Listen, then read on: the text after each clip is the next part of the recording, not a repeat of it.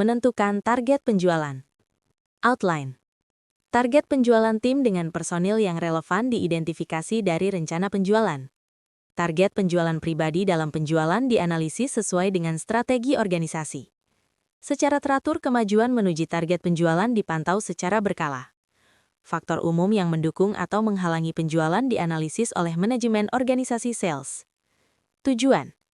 Peserta dapat mencapai target penjualan tim dengan personil yang relevan diidentifikasi dari rencana penjualan. Peserta dapat mencapai target penjualan pribadi dalam penjualan dianalisis sesuai dengan strategi organisasi.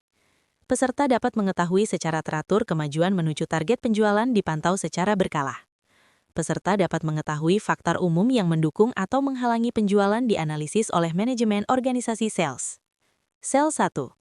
Target penjualan tim dengan personil yang relevan diidentifikasi dari rencana penjualan. Target penjualan tim harus diidentifikasi dari rencana penjualan atau sales plan beserta personil yang relevan. Secara konsep dan praktik penjualan, keterkaitannya adalah sebagai berikut. Hubungan rencana penjualan dan target tim, identifikasi personil yang relevan, penjabaran target ke tim, fungsi pengendalian dan evaluasi. Report 1.1. Hubungan rencana penjualan dan target tim. Rencana penjualan berfungsi sebagai dokumen strategis yang menetapkan target penjualan, nilai omset, volume, market share, periode pencapaian, bulanan, triwulan, tahunan, segmentasi pasar dan wilayah, strategi penjualan, direct sales, channel sales, key account, dan sebagainya.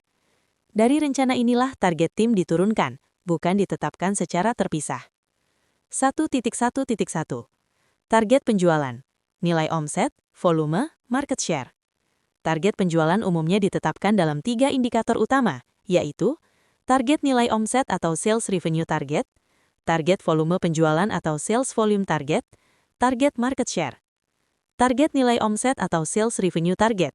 Target berdasarkan nilai rupiah penjualan yang harus dicapai. Karakteristik. Satuan, rupiah. Fokus pada pendapatan, digunakan untuk mengukur kinerja finansial. Contoh, target omset bulanan 1.500.000.000 rupiah. Target omset tahunan 18.500.000.000 rupiah. Target volume penjualan, atau sales volume target. Target berdasarkan jumlah unit, kuantitas produk atau jasa yang terjual. Karakteristik. Satuan, unit, pieces, ton, liter, paket, kontrak. Fokus pada aktivitas penjualan. Cocok untuk produk massal atau berbasis kuantitas. Contoh, target 3.000 unit per bulan. Target 120 kontrak per tahun. Target market share. Target berdasarkan persentase penguasaan pasar dibanding total pasar yang tersedia. Karakteristik. Satuan, persen. Fokus pada posisi kompetitif, membutuhkan data total pasar dan kompetitor. Rumus sederhana, penjualan perusahaan dibagi total penjualan pasar dikali 100%. Contoh, market share saat ini 12%. Target market share 15% dalam 1 tahun. Hubungan ketiganya. Ketiga target ini saling melengkapi, bukan saling menggantikan.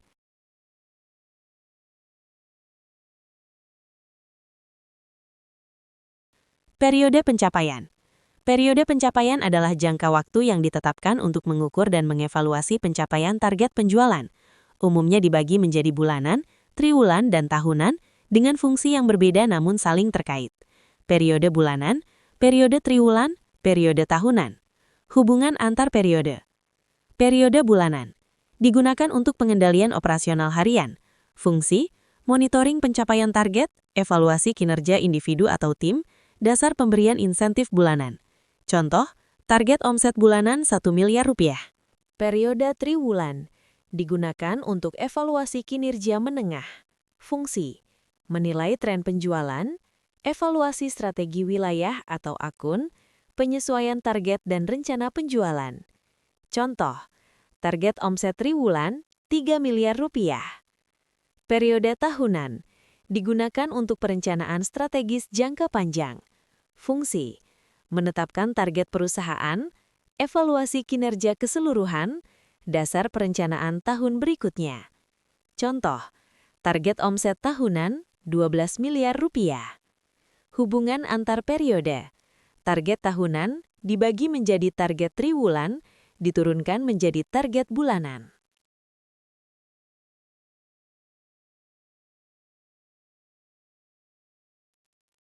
1.1.3 Segmentasi pasar dan wilayah. Segmentasi pasar dan wilayah adalah proses pengelompokan pasar dan pembagian area penjualan untuk memfokuskan strategi, menetapkan target, serta mengoptimalkan kinerja tim penjualan. Segmentasi pasar.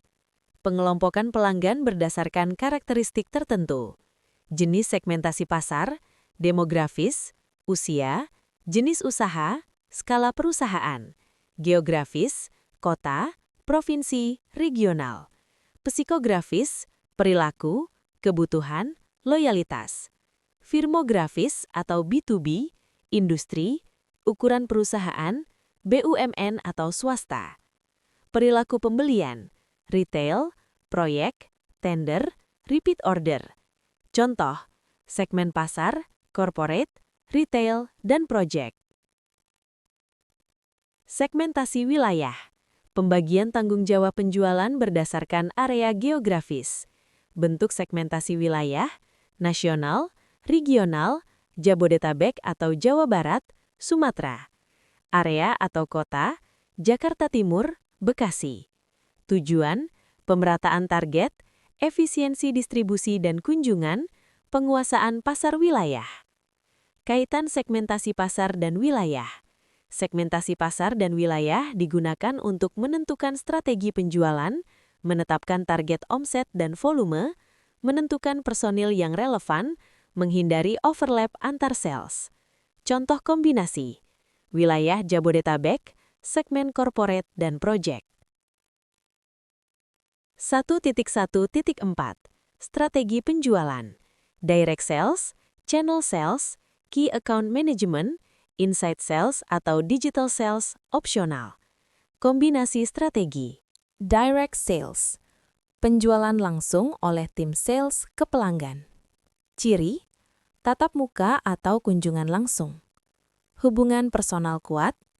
Cocok untuk B2B, proyek, jasa, produk bernilai tinggi. Contoh, sales eksekutif melakukan penjualan langsung ke pelanggan korporasi di wilayah yang ditetapkan. Channel sales, penjualan melalui pihak perantara. Contoh channel, distributor, agen, reseller, mitra usaha. Ciri, jangkauan pasar luas. Efisiensi biaya operasional, kontrol penjualan melalui mitra. Contoh, penjualan dilakukan melalui distributor resmi di wilayah Jawa Barat. Key Account Management. Penjualan fokus pada pelanggan strategis. Key Account. Ciri, volume atau nilai transaksi besar, hubungan jangka panjang, penanganan khusus oleh personil kompeten. Contoh, Key Account Manager menangani pelanggan BUMN dan korporasi besar. Inside sales atau digital sales, opsional. Penjualan melalui telepon, email, dan platform digital. Ciri, efisien dan cepat. Cocok untuk repeat order dan UMKM, mendukung direct sales.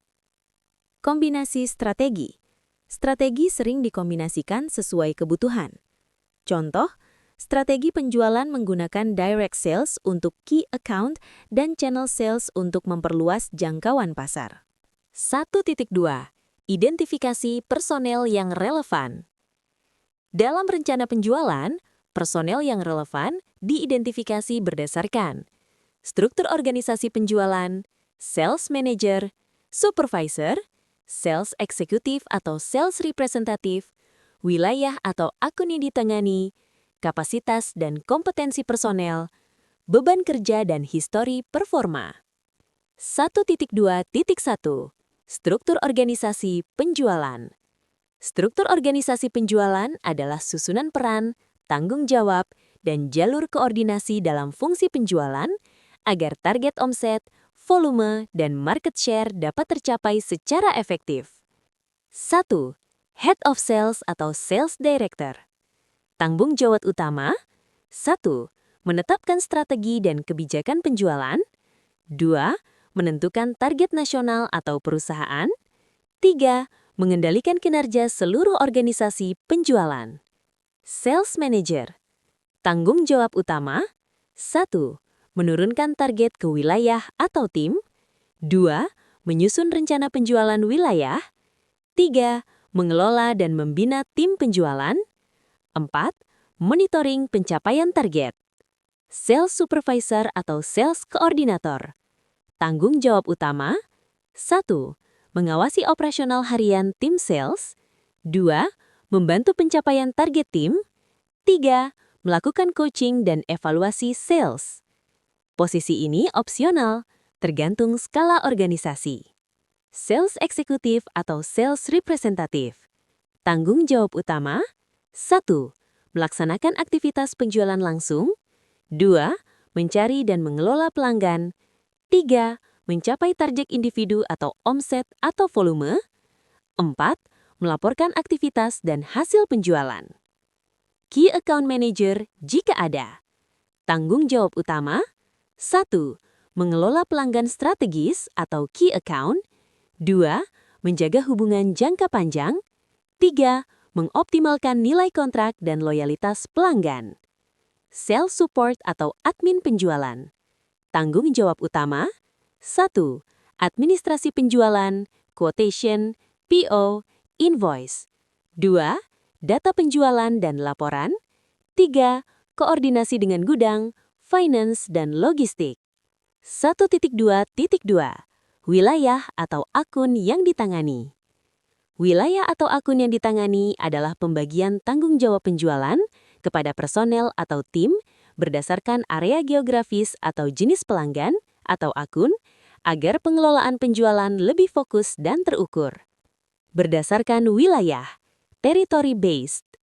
Penugasan penjualan berdasarkan area geografis tertentu, contoh wilayah, nasional, regional, Jabodetabek, Jawa Barat, Sumatera, Kalimantan. Area atau kota, Jakarta Timur, Bekasi, Karawang.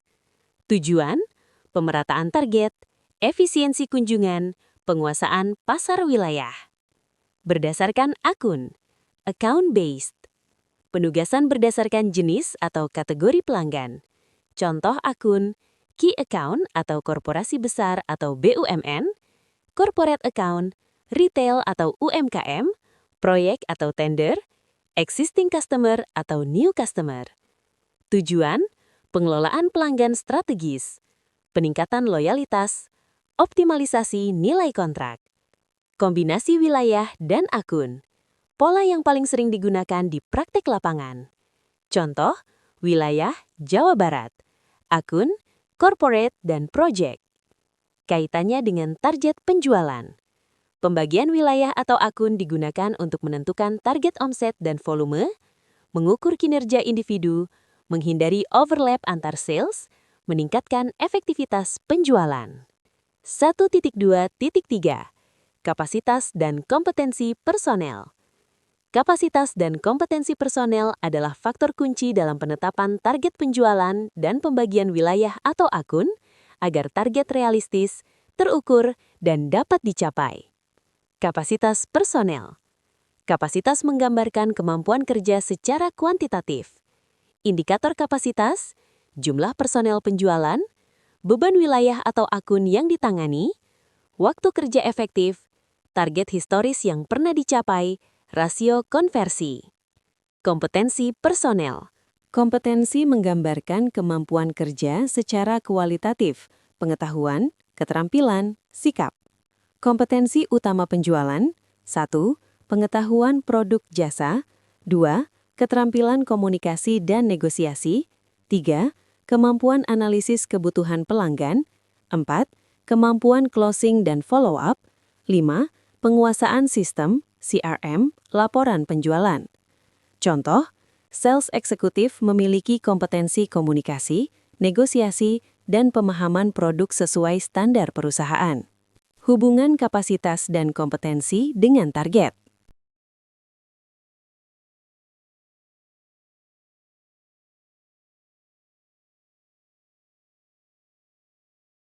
Penerapan dalam rencana penjualan.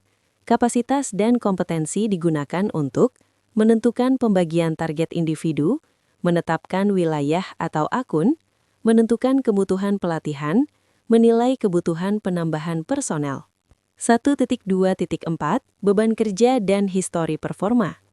Beban kerja dan histori performa digunakan sebagai dasar objektif untuk menetapkan target, pembagian wilayah atau akun, serta evaluasi kinerja personil penjualan.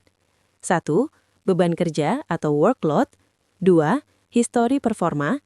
3. Hubungan beban kerja dan histori performa dengan target. 4. Penerapan dalam rencana penjualan. Beban kerja atau workload. Beban kerja menggambarkan jumlah dan kompleksitas tugas yang ditangani oleh personil penjualan. Indikator beban kerja, jumlah akun atau pelanggan yang dikelola, luas wilayah penjualan, jumlah kunjungan per hari atau minggu, kompleksitas produk jasa, proses penjualan, retail, proyek, tender. Contoh, sales eksekutif menangani 40 akun aktif dengan rata-rata 4-5 kunjungan per hari. Histori performa. Histori performa menunjukkan rekam jejak pencapaian penjualan pada periode sebelumnya. Indikator histori performa, pencapaian target omset persen, volume penjualan yang dicapai, konsistensi pencapaian target, growth penjualan, MOM atau YOY, rasio closing. Contoh, pencapaian target penjualan rata-rata 105% dalam 6 bulan terakhir. Hubungan beban kerja dan histori performa dengan target.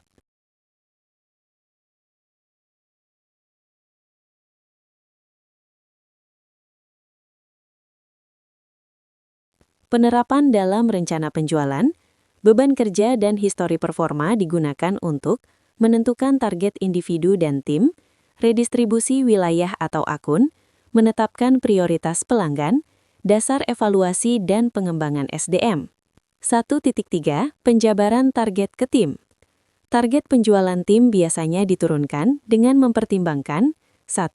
Data historis penjualan, 2. Potensi pasar wilayah, 3. Jumlah dan kemampuan personel, 4. Produk atau layanan yang dijual, 5. Kondisi pasar, kompetitor, tren. 1.3.1 Data historis penjualan. Data historis penjualan adalah data pencapaian penjualan pada periode sebelumnya yang digunakan sebagai dasar perencanaan, penetapan target, dan evaluasi kinerja penjualan. Bentuk data historis penjualan, fungsi data historis penjualan, contoh analisis sederhana, contoh tabel data historis penjualan. Bentuk data historis penjualan. Data biasanya dikumpulkan per bulan, triwulan, dan tahun. Komponen utama, nilai omset, RP, volume penjualan, unit atau kontrak, pencapaian target, persen, market share jika tersedia, jumlah pelanggan atau akun, produk atau jasa yang terjual.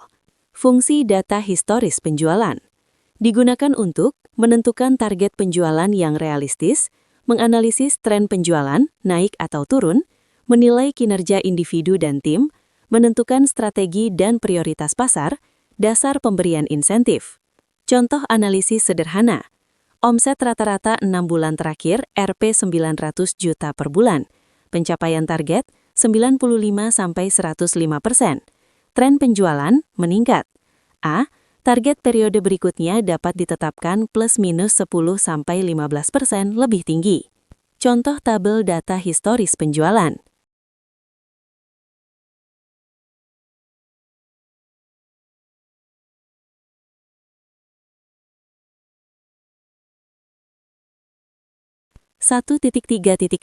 Potensi pasar wilayah. Potensi pasar wilayah adalah perkiraan peluang penjualan maksimum yang dapat dicapai di suatu wilayah tertentu berdasarkan kondisi pasar dan kemampuan perusahaan. 1. Pengertian singkat. 2. Indikator potensi pasar wilayah. 3. Contoh analisis sederhana. 4. Penerapan dalam rencana penjualan. Pengertian singkat. Potensi pasar wilayah menunjukkan besarnya permintaan pasar, jumlah dan jenis pelanggan, peluang pertumbuhan penjualan, digunakan sebagai dasar, penetapan target penjualan, pembagian wilayah dan akun, penentuan strategi penjualan. Indikator potensi pasar wilayah. Potensi pasar wilayah dianalisis dari jumlah pelanggan potensial, skala dan jenis industri atau usaha, daya beli pasar, tingkat persaingan, riwayat penjualan wilayah tersebut, pertumbuhan ekonomi wilayah. Contoh analisis sederhana. Wilayah Jabodetabek, pelanggan potensial 300 perusahaan, rata-rata transaksi Rp 50 juta per tahun, potensi pasar Rp 15 miliar per tahun. A. Target wilayah ditetapkan proporsional dengan potensi tersebut. Penerapan dalam rencana penjualan. Potensi pasar wilayah digunakan untuk menentukan besarnya target omset dan volume, menetapkan jumlah personil penjualan, menentukan fokus segmen pasar, menyusun strategi, direct sales atau channel sales. 1.3.4 Jumlah dan kemampuan personel. Jumlah dan kemampuan personel adalah faktor penentu dalam pembagian target, wilayah atau akun, serta strategi penjualan agar target realistis dan dapat dicapai. Jumlah personel, kemampuan personel, hubungan jumlah dan kemampuan dengan target. Jumlah personel menunjukkan ketersediaan tenaga penjualan untuk menangani wilayah dan target. Aspek yang dinilai, jumlah sales eksekutif, rasio sales terhadap wilayah atau akun, beban kerja per personel, ketersediaan sales support. Contoh, tim penjualan terdiri dari 1 sales manager dan 5 sales eksekutif untuk wilayah Jabodetabek. Kemampuan personel menunjukkan kapasitas dan kompetensi individu dalam menjalankan fungsi penjualan. Aspek kemampuan, pengalaman kerja di bidang penjualan, pencapaian target sebelumnya, kemampuan komunikasi dan negosiasi, penguasaan produk dan pasar, kemandirian dan konsistensi kerja. Contoh, sebagian besar sales eksekutif memiliki pengalaman lebih 3 tahun dengan rata-rata pencapaian target 100–110%. Hubungan jumlah dan kemampuan dengan target.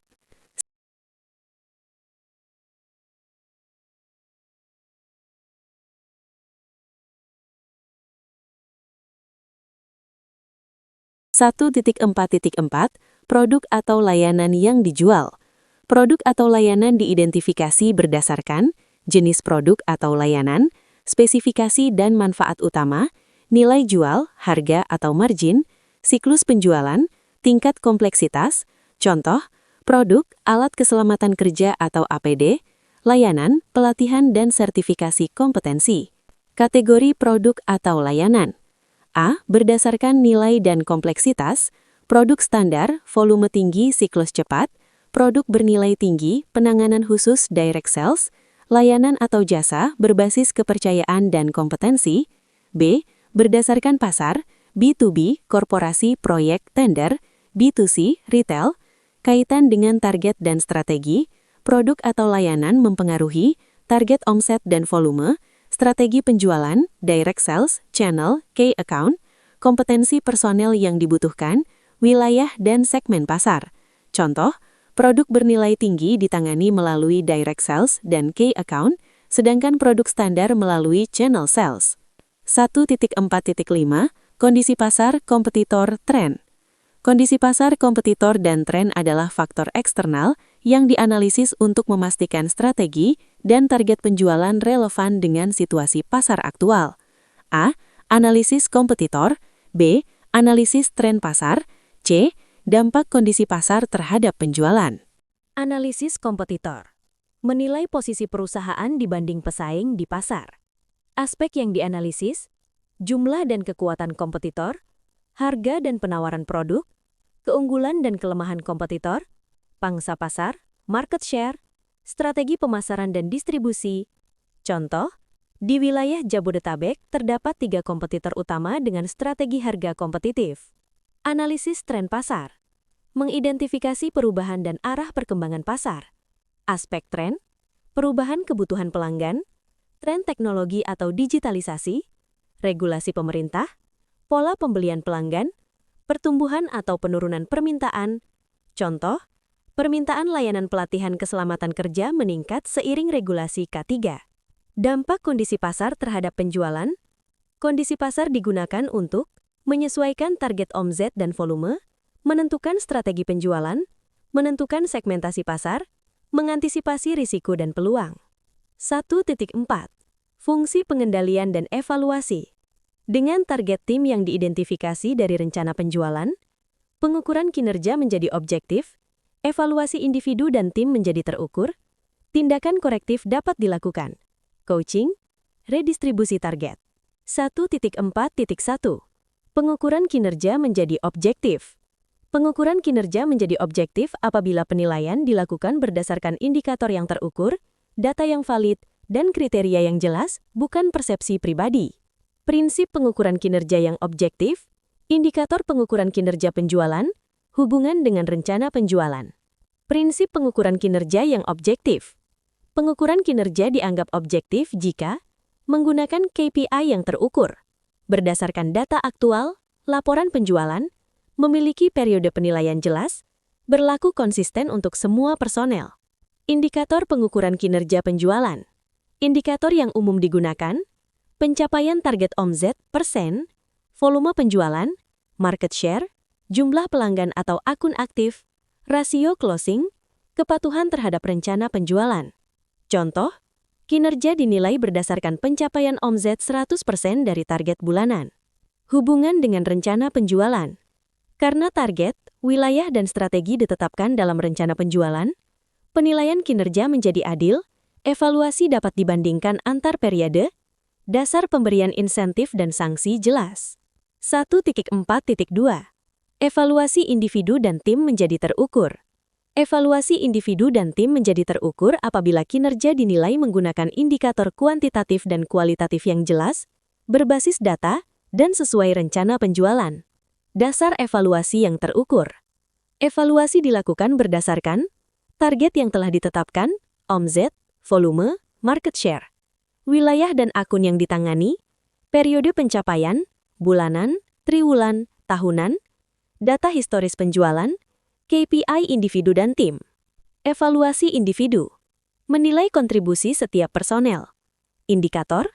Pencapaian target individu %, jumlah akun yang dikelola, aktivitas penjualan, kunjungan, follow-up. Konsistensi kinerja. Contoh, sales eksekutif A mencapai 105% target bulanan. Evaluasi tim. Menilai kinerja kolektif. Indikator. Pencapaian target tim %, kontribusi individu terhadap target tim, keseimbangan beban kerja, efektivitas strategi penjualan. Contoh, tim wilayah Jawa Barat mencapai 110% target triwulan. Manfaat evaluasi yang terukur.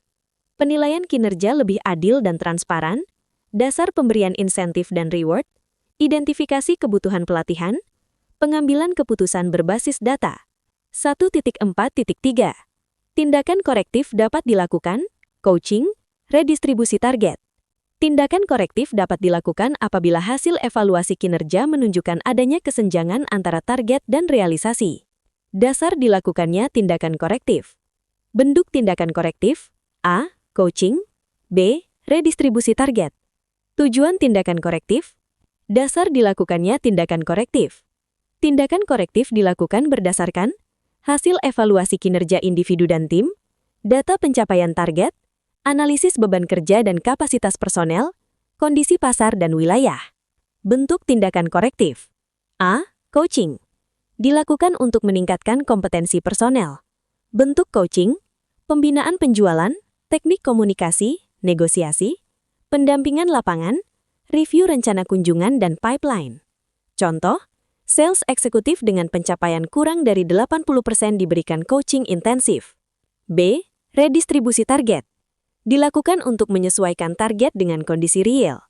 Bentuk redistribusi, penyesuaian target individu, perubahan wilayah atau akun, penambahan atau pengurangan beban kerja. Contoh, target wilayah disesuaikan berdasarkan potensi pasar dan kapasitas personel. Tujuan tindakan korektif, meningkatkan pencapaian target, menjaga keadilan pembagian beban kerja, memaksimalkan kinerja tim, mencegah kegagalan target berulang. 2. Target penjualan pribadi dalam penjualan dianalisis sesuai dengan strategi organisasi. Target penjualan pribadi harus dianalisis dan ditetapkan sesuai dengan strategi organisasi agar selaras antara kinerja individu dan tujuan perusahaan. 1. Penjelasan singkat. 2. Dasar analisis target pribadi. 3. Dampak keselarasan strategi. 2.1. Penjelasan singkat. Target penjualan pribadi tidak ditentukan secara terpisah, tetapi diturunkan dari strategi organisasi, rencana penjualan perusahaan, target tim dan wilayah, segmentasi pasar dan strategi penjualan, direct sales, channel, key account. Dengan demikian, kontribusi individu mendukung pencapaian target organisasi. Strategi organisasi. Strategi organisasi adalah arah dan pendekatan jangka panjang yang ditetapkan manajemen untuk mencapai visi, misi, dan tujuan perusahaan, termasuk sasaran penjualan dan pertumbuhan bisnis. Strategi organisasi berfungsi sebagai pedoman penyusunan rencana penjualan, dasar penetapan target individu dan tim, acuan pengambilan keputusan manajerial, alat penyelarasan seluruh fungsi organisasi. 2.2. Dasar analisis target pribadi. Target penjualan pribadi dianalisis berdasarkan strategi organisasi, target omzet atau volume perusahaan, wilayah dan akun yang ditangani, kapasitas, kompetensi dan histori performa, kondisi pasar dan potensi wilayah. 2.3. Dampak keselarasan strategi. Jika target pribadi selaras dengan strategi organisasi, maka arah kerja sales menjadi jelas, pengukuran kinerja objektif, evaluasi individu adil dan terukur, tindakan korektif mudah dilakukan. 3. Secara teratur, kemajuan menuju target penjualan dipantau secara berkala.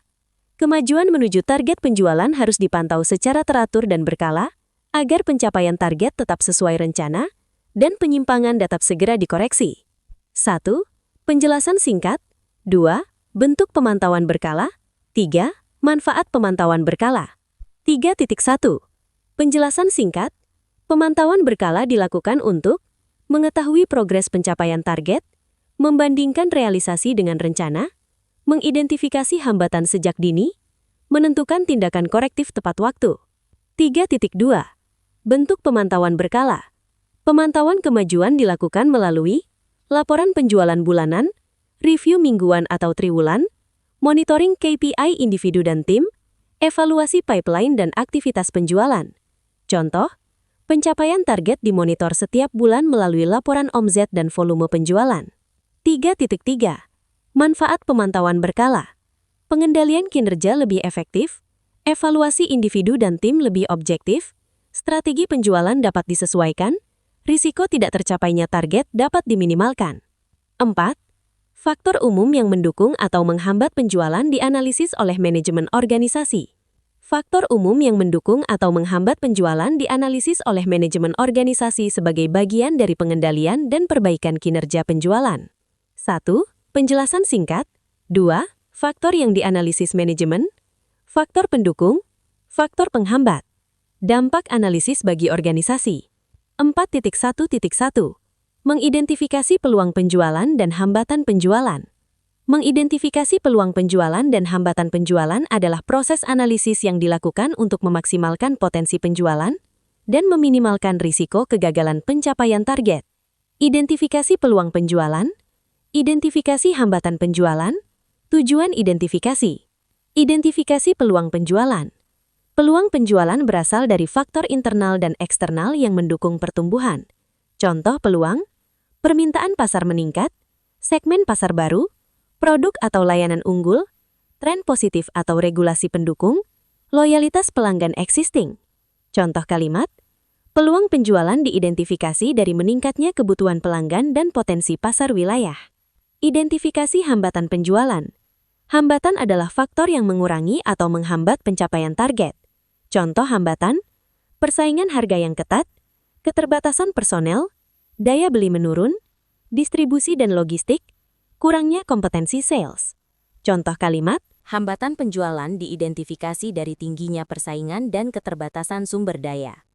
Tujuan identifikasi, menyusun strategi penjualan yang tepat, menentukan prioritas pasar, menetapkan target realistis, menentukan tindakan korektif. 4.1.2. Menyusun strategi yang tepat. Menyusun strategi yang tepat adalah proses merancang pendekatan penjualan yang selaras dengan tujuan organisasi, berdasarkan hasil analisis peluang dan hambatan. 1. Dasar penyusunan strategi. 2. Langkah menyusun strategi penjualan. 3. Contoh strategi yang tepat. Dasar penyusunan strategi. Strategi disusun berdasarkan analisis peluang dan hambatan penjualan, kondisi pasar, kompetitor dan tren, target organisasi, segmentasi pasar dan wilayah, kapasitas dan kompetensi personel. Langkah menyusun strategi penjualan. 1.